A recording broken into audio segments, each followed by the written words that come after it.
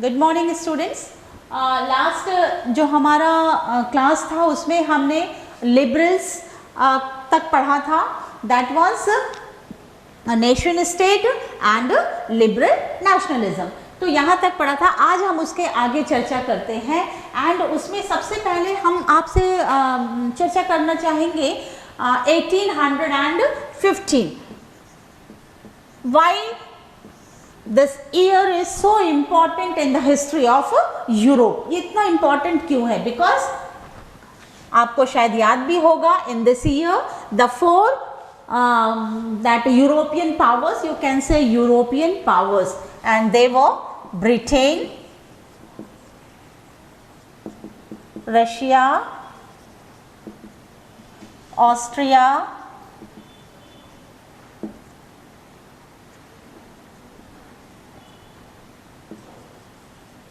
And Prussia.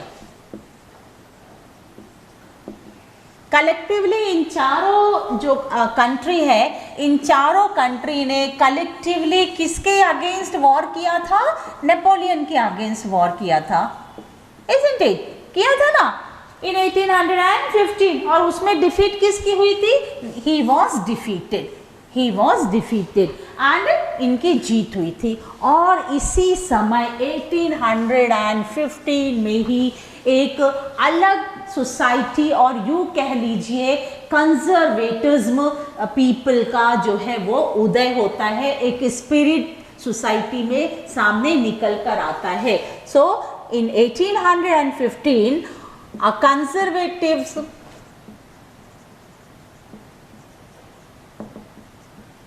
society, or you can say people, ठीक है। सो conservatism society और यू कैन से पीपल, ये 1815 में निकल कर आता है। कंजर्वेटिज्म में आपको ये मानना होगा कि ये चारों कंट्री ने मिलकर नेपोलियन को हराया था। तो कंजर्वेटिज्म में कौन हुए? यही चारों कंट्रीज हुए कि नहीं हुए? यही इन्हीं के चार जो लीडर्स हैं वो कंजर्वेटिज्म में थे। तो इन्होंने जो है समाज में या उस टेरिटरी में या उस कंट्री में अपने पावर को और स्ट्रॉन्ग करना चाहा। अब कैसे स्ट्रॉन्ग करना चाहा उस पर हम चर्चा करते हैं। तो उससे पहले थोड़ा सा हम और एक चर्चा करेंगे। एक टॉपिक हम लास्ट सेशन में हम डिस्कस नहीं कर पाए थे, that was treaty of Vienna. It's very important students, treaty of Vienna. Treaty of Vienna क्या है? जैसे ही इन चारों कंट्रीज ने नेपोलियन को हरा दिया, when Napoleon was defeated by all these European powers, उसी समय ट्रीटी ऑफ वियना उस पर जो है सिग्नेचर किया गया and that treaty of Vienna was hosted by Austria chancellor. Austria के जो चांसलर है उनके द्वारा ये होस्ट किया गया ट्रीटी ऑफ वियना। एंड वो चांसलर कौन थे? He was Duke Metternich. He was a chancellor of Austria. उन्होंने जो है होस्ट किया था, he hosted that congress, where in Vienna. कहाँ पे होस्ट किया था? Vienna. Vienna is the part of Austria, Austria का पार्ट है। And now Vienna is the capital of Austria, Austria का कैपिटल है। तो अब ये what is treaty of Vienna? ये ट्रीटी ऑफ वियना क्या है? कुछ तो होगा जो हमारा डील हुआ है, जो हमारा समझौता हुआ है, जो हमारा एग्रीमेंट। जब डील होता है या किसी भी चीज़ को लेकर, किसी भी इशू को लेकर, तो उसमें कुछ मुद्दे रहते हैं ना, कुछ ऑब्जेक्ट्स होता है कि नहीं? इश्यूज होता है। वो क्या इश्यूज थे? किन किन ऑब्जेक्ट्स पर, किन किन इश्यूज पर ये ट्रीटी ऑफ वियना का जो है डील किया गया? चलिए हम चर्चा करते हैं दैट ऑब्जेक्ट्स। तो अब ये ट्रीटी ऑफ वियना, क्या क्या उसके ऑब्जेक्ट्स थे? सबसे पहला था नेपोलियन ने जब 1789 में जब वॉर किया था तो उसमें एक बर्बन डायनेस्टी हुआ करती थी, BOURBON, बर्बन डायनेस्टी। तो ये जो ट्रीटी ऑफ वियना के क्या क्या ऑब्जेक्ट्स थे, तो सबसे पहला ऑब्जेक्ट हम लोगों ने चर्चा किया था अपने पिछले क्लास में कि 1789 में जब नेपोलियन ने वॉर किया था, हमला किया था फ्रेंच रेवोल्यूशन में, तो सबसे पहले नेपोलियन ने क्या किया था, जो बर्बन डायनेस्टी है, जो बर्बन डायनेस्टी है उसको टोटली उसने क्या किया कर दिया था, ओवरथ्रो कर दिया था, टोटली जो है खत्म कर दिया था। लेकिन जितने भी कंजर्वेटिव पीपल थे, conservative people means the people from Britain, Russia, Austria and Prussia, उन्होंने अगेन जो बॉर्बन डायनेस्टी है उसको क्या किया, रीस्टोर किया। दे रीस्टोर्ड बॉर्बन डायनेस्टी। उन्होंने कहा नहीं, बिकॉज वाई उन्होंने बॉर्बन डायनेस्टी को रिस्टोर किया, because they believed in monarchial system. वो एकदम दे वो टोटली फेवर इन मोनार्कियल सिस्टम, उनको राजतंत्र ही चाहिए था। एंड यहाँ पे कंजर्वेटिव का मतलब ही आ जाता है। यदि हम कंजर्वेटिव का मतलब आपको समझाएं तो हिंदी में इसको कहेंगे रूढ़िवाद, है ना, रूढ़िवाद कहते हैं। अब रूढ़िवाद का मतलब क्या है, जिसको मॉडर्न, जिसको चेंजेस पसंद नहीं है, जिसको क्या पसंद है, वो पुराना जो हमारा ट्रेडिशनल कल्चर हो गया, ट्रेडिशनल सिस्टम हो गया, वो पसंद है। देवर कंजर्वेटिव पीपल। तो यहाँ पर ये जो कंजर्वेटिव पीपल थे उनको मॉडर्नाइजेशन बिल्कुल पसंद नहीं था। जो फ्रांस का मॉडर्नाइजेशन नेपोलियन ने किया था वो उनको बिल्कुल पसंद नहीं था। इसके बाद उनको मोनार्कियल जो सिस्टम है वही चाहिए था, इनको डेमोक्रेसी बिल्कुल नहीं चाहिए था। तो इन्होंने डायरेक्ट, उनका सिर्फ एक ही एम था कि हमें अगेन यूरोप में मोनार्कियल सिस्टम को लाना है। मोनार्कियल सिस्टम को लाना है मतलब जितने भी इनके जो पुराने ट्रेडिशंस थे उनको क्या करना होगा, रिस्टोर करना होगा, उसको फिर से लाना होगा समाज में। तो इसके लिए इन्होंने कहा, जो हमारे लिबरल्स थे, इसके पहले हम लोगों ने चर्चा किया था, जो हमारे लिबरल्स थे उन्होंने क्या डिमांड रखा था कि बहुत सारा जो है विशेष अधिकार, स्पेशल पावर्स जो है हमारे चर्चेस को दिया गया है, उसको रिमूव किया जाना चाहिए। लेकिन जो हमारे कंजर्वेटिव पीपल थे उन्होंने कहा नहीं, ये स्पेशल जो राइट है ये इनको मिलना चाहिए, इनका एक विशेष स्थान है, स्टेटस है सोसाइटी में, और इसी कारण जो है इनको वो स्पेशल राइट मिलनी चाहिए। देन इसके बाद इसमें से कंजर्वेटिव पीपल में भी कुछ ऐसे लोग थे जो मॉडर्नाइजेशन के फेवर में थे। इनमें भी कॉन्फ्लिक्ट शुरू हो गया। कुछ लोग तो मॉडर्नाइजेशन के फेवर में थे, वो कहते थे नहीं, मॉडर्नाइजेशन होनी अच्छी बात है। अब मॉडर्नाइजेशन होनी अच्छी बात है क्यों उनको लगा, क्योंकि जब नेपोलियन ने अपना सिविल कोड बनाया था, उस सिविल कोड में उसने फ्यूडल सिस्टम को, देन उसने गिल्ड सिस्टम को, इस सब सिस्टम को क्या किया था, रिमूव किया था।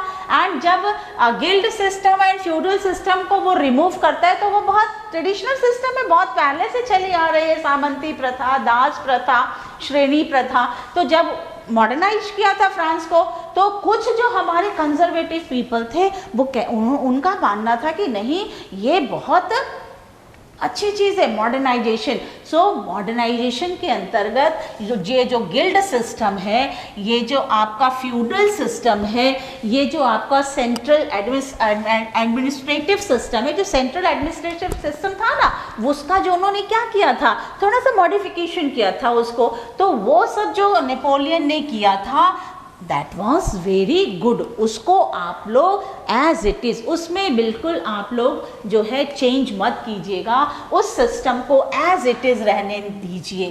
तो ये कुछ कंजर्वेटिव पीपल का अपना ओपिनियन था। अब इन्होंने क्या किया, ठीक है, अब इन्होंने क्या किया, बॉर्बन डायनेस्टी को अगेन क्या किया, रिस्टोर कर दिया। देन सेकेंड, नेपोलियन ने जब फ्रांस में जो है शासन करना शुरू किया तो धीरे धीरे उसने क्या किया, फ्रांस की जो पावर है, फ्रांस का जो एरिया है उसको उसने एक्सपैंड करना शुरू कर दिया था। जितने भी नियर बाय जितनी भी एरिया है उसको अपने फ्रांस में मिलाता जा रहा था। तो इससे क्या हो गया, फ्रांस का एरिया बड़ा होता गया, फ्रांस में जितने भी स्टेट्स हैं और फ्रांस के साथ जुड़ते गए। अब कंजर्वेटिव पीपल ने उसको क्या किया, फ्रांस के लिए बाउंड्री तैयार कर दी। कैसे तैयार की बाउंड्री? बाउंड्री मतलब ये नहीं कि उन्होंने वॉल बना दिया। बाउंड्री तैयार करने का मतलब है फ्रांस के चारों तरफ, फ्रांस का चारों तरफ उन्होंने कुछ स्टेट्स को सेटअप कर दिया। अब वो स्टेट्स का काम था कि वो फ्रांस की हर एक्टिविटीज को वो क्या करें, देखें। यदि कोई भी ऐसी एक्टिविटी कर रहा है जो गलत है तो वो कंट्रोल किया, इजीली कंट्रोल किया जा सके।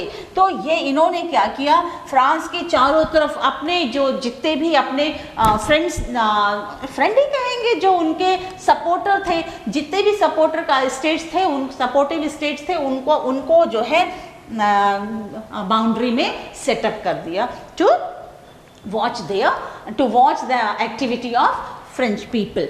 देन इसके बाद इन्होंने क्या किया, सेंसरशिप लागू कर दिया। सेंसरशिप इम्पोज, हमने इसके पहले चर्चा आपसे की थी कि censorship, what is censorship? The term censorship, इसके पहले भी हमने आपसे चर्चा की थी कि नेपोलियन ने अपने शासनकाल में सेंसरशिप लगाया था। तो क्यों लगाया था नेपोलियन ने सेंसरशिप? बिकॉज नेपोलियन के अगेंस्ट में किसी को भी आवाज़ उठाने की आवश्यकता नहीं है, या हिम्मत नहीं है, या अधिकार नहीं है। तो इसी तरह जितने भी हमारे कंजर्वेटिव जो पीपल हैं उन्होंने सेंसरशिप इम्पोज कर दिया। अब सेंसरशिप इम्पोज का मतलब क्या है, उनका जो लॉ था, उनकी जो नियम थी, उसके अगेंस्ट में किसी भी लिबरल्स को, लिबरल, इसके पहले हमने चर्चा की थी 3 categories of people, 3 classes of people. The first one is aristocrat, then second one is middle and the third one is peasant. तो जितने भी मिडिल क्लास पीपल थे दे वर नेशनलिस्ट थे, एंड लिबरल्स ऑल्सो। उनको freedom चाहिए था, वो free होना चाहते थे, एंड वो देश में क्या लाना चाहते थे, डेमोक्रेसी को लाना चाहते थे। तो उन्हीं के अगेंस्ट में सेंसरशिप इम्पोज किया। किसके अगेंस्ट में? Against liberals. क्यों? क्योंकि लिबरल से उनके अगेंस्ट में आवाज उठाएंगे कि आप जो ये काम कर रहे हो ये टोटली क्या है, नहीं होना चाहिए, ये गलत काम है। आप सेंसरशिप में क्यों किया? यदि सपोज लिबरल्स उनके अगेंस्ट आवाज उठाते थे तो उनको या तो मार दिया जाता था या उनको जेल भेज दिया जाता था। अब यहाँ पे दो ग्रुप के बीच में क्लैशेस शुरू हो गया। कौन कौन से दो ग्रुप आ गए? Conservative people and liberal people. अब यहाँ पे कंजर्वेटिव का मतलब क्या है? They want only monarchial rule. उनको सिर्फ राजतंत्र चाहिए था। They wanted only monarchy. नहीं, हमारा जो है यहाँ पे मोनार्कियल सिस्टम ही होना चाहिए। लेकिन जो लिबरल्स पीपल थे they wanted citizen rule. Citizen rule मतलब जो भी रूल हो,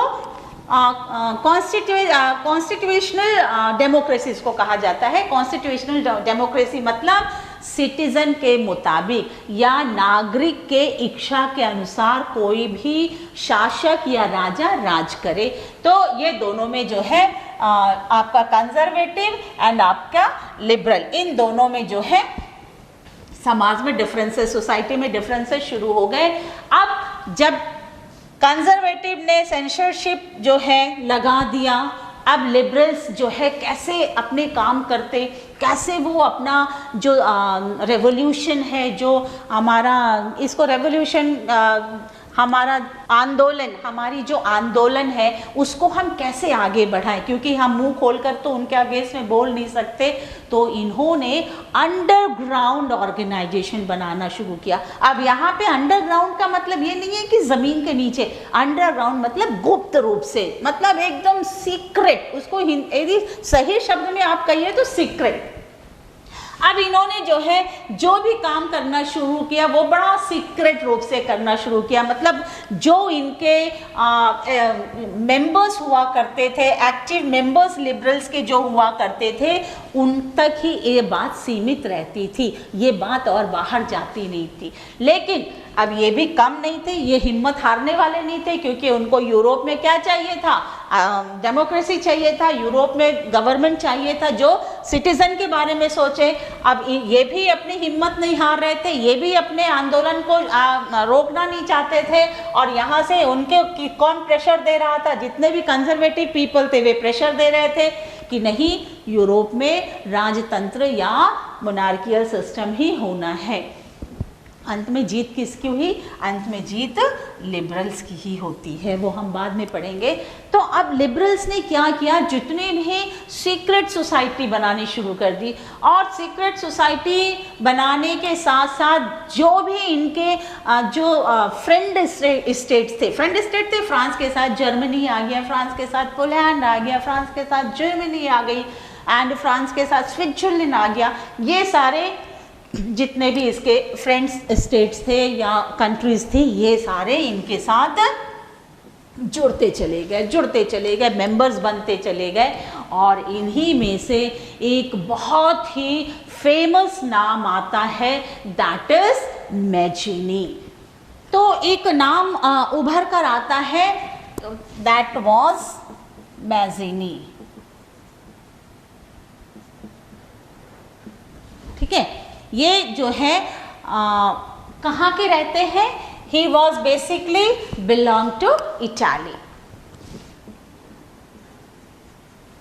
ही was basically belong to Italy. ये जो है इनका जन्म होता है 1807।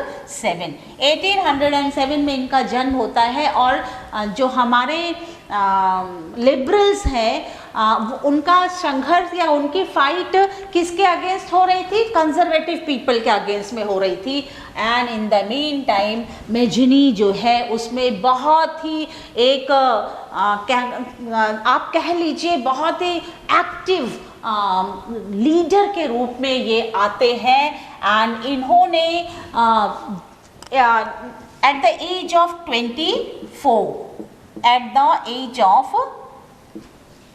24 के जब ये थे, 24 वर्ष की अवस्था में ही इन्होंने रेवोल्यूशन में ज्वाइन कर लिया।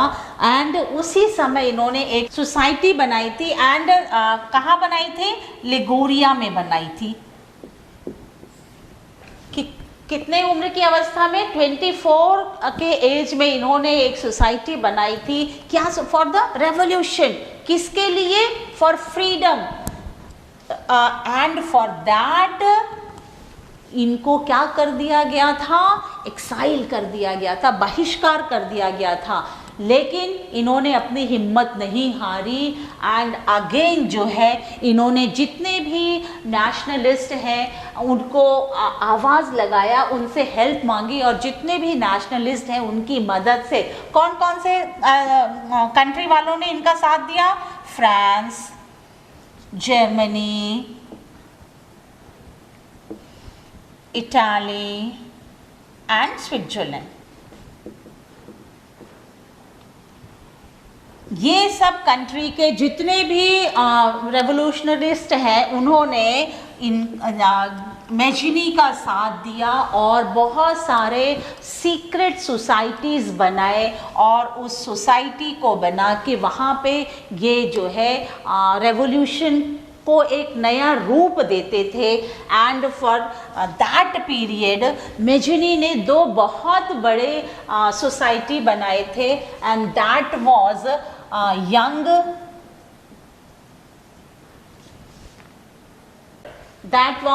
Young Italy and young Europe. ये 2 बहुत ही मेन इन्होंने जो है सोसाइटी बनाई थी, एंड इस सोसाइटी में उनके कई फॉलोअर्स जुड़ते चले आए, और जब इसको इतना एम्पावरमेंट होता देखा, और जब इन सोसाइटीज़ को स्ट्रॉन्ग होते हुए हमारे कंजर्वेटिव लोगों ने देखा, तो उसमें सबसे पहले जो हमारे चांसलर थे ऑस्ट्रिया के, that was he was Metternich. Metternich का कहना था कि ये मेज़नी इज़ अवर डेंजरस एनिमी, कि मेज़नी हमारा जो है सबसे डेंजरस एनिमी है। यदि हमने मेज़नी के इस रास्ते को, इस यात्रा को यहीं पर नहीं रोका तो हमारे लिए यूरोप में कंजर्वेटिज्म को मेंटेन करना मुश्किल हो जाएगा। बट मेज़नी हारने वालों में से नहीं थे, इन्होंने अपनी यात्रा को जारी रखी और मेज़नी ने एक कहते हैं इन्होंने एक संकल्प लिया था, एक डिटर्मिनेशन लिया था फॉर द यूनिफिकेशन ऑफ